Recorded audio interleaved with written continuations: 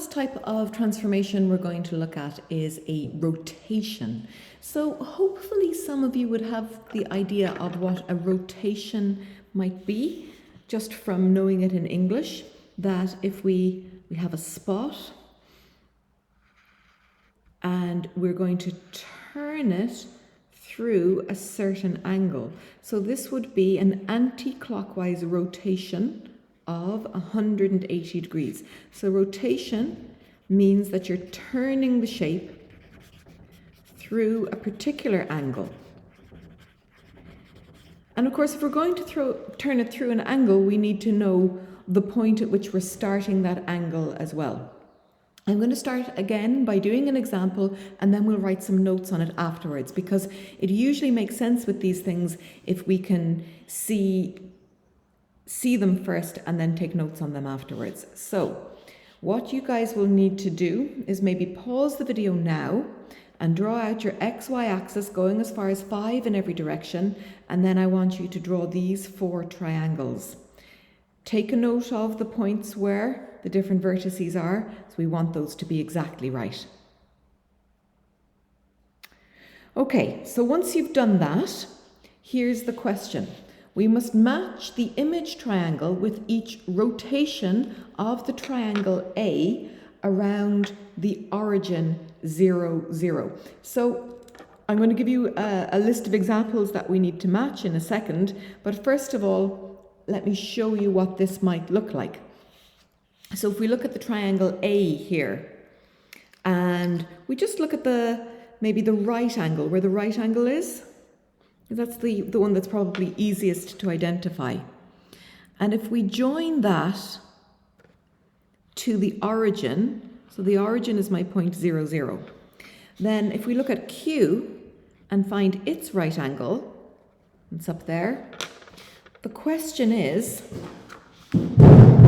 excuse my chair making noise, what rotation did I do to move that point? What kind of a rotation, sorry now, I've just joined it there. What angle have I moved through to get there?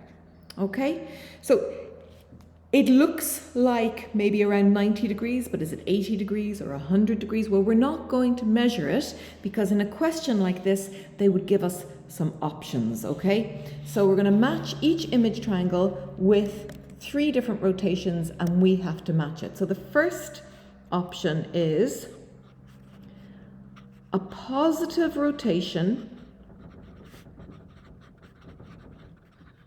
of 90 degrees. The second option is a negative rotation of 90 degrees.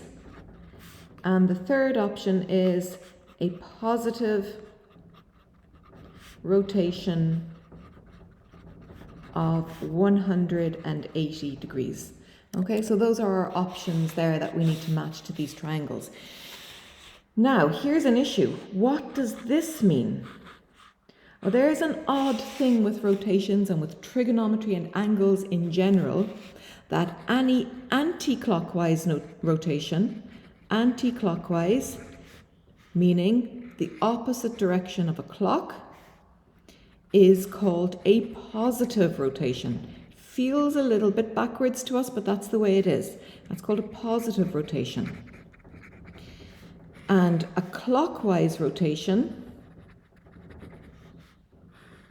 that means it's going the same direction as a clock goes, is a negative rotation.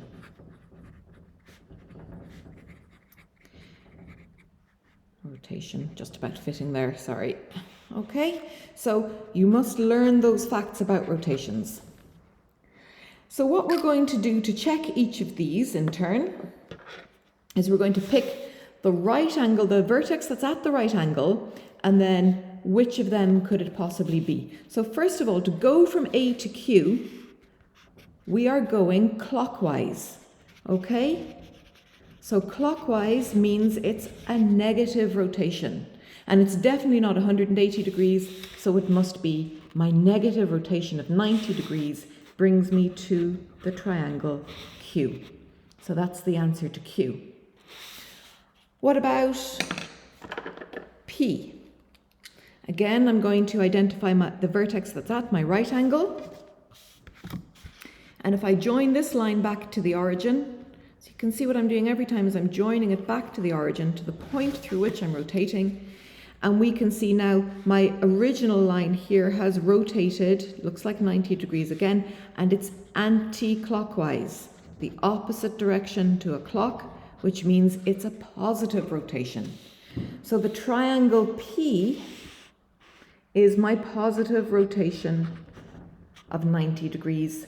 And finally, the only one that's left is my positive rotation of 180 degrees. Now, the thing with 180 degrees is it doesn't matter if it's positive or negative because you end up in the same place.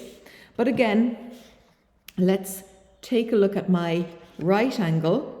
And when I join that back to the origin, look what we can see is we're exactly on a straight line. Okay, we're on a straight line there. So whether it's positive or negative, it's definitely 180 degree rotation.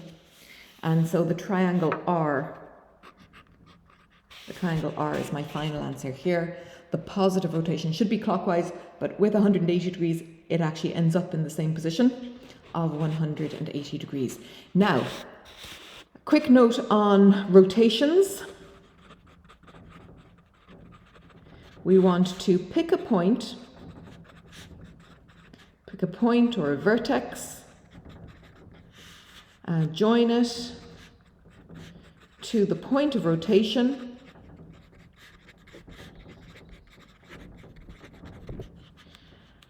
point of vertex on the object. I do the same on the image.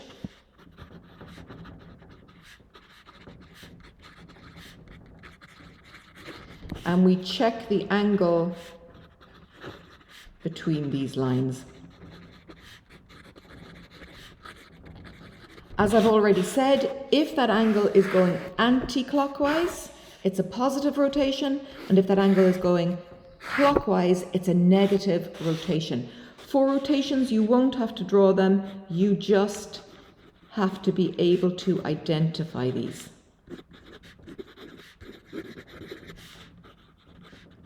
And that's what I'm going to be asking you to do for homework tonight.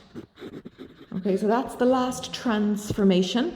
That's the last way we have of changing the shape. And as we notice, the shape size hasn't changed, but the angle that it's sitting through, it's not always like a direct reflection. It can be a bit upside down, it can be just tilted slightly, but it is the same shape.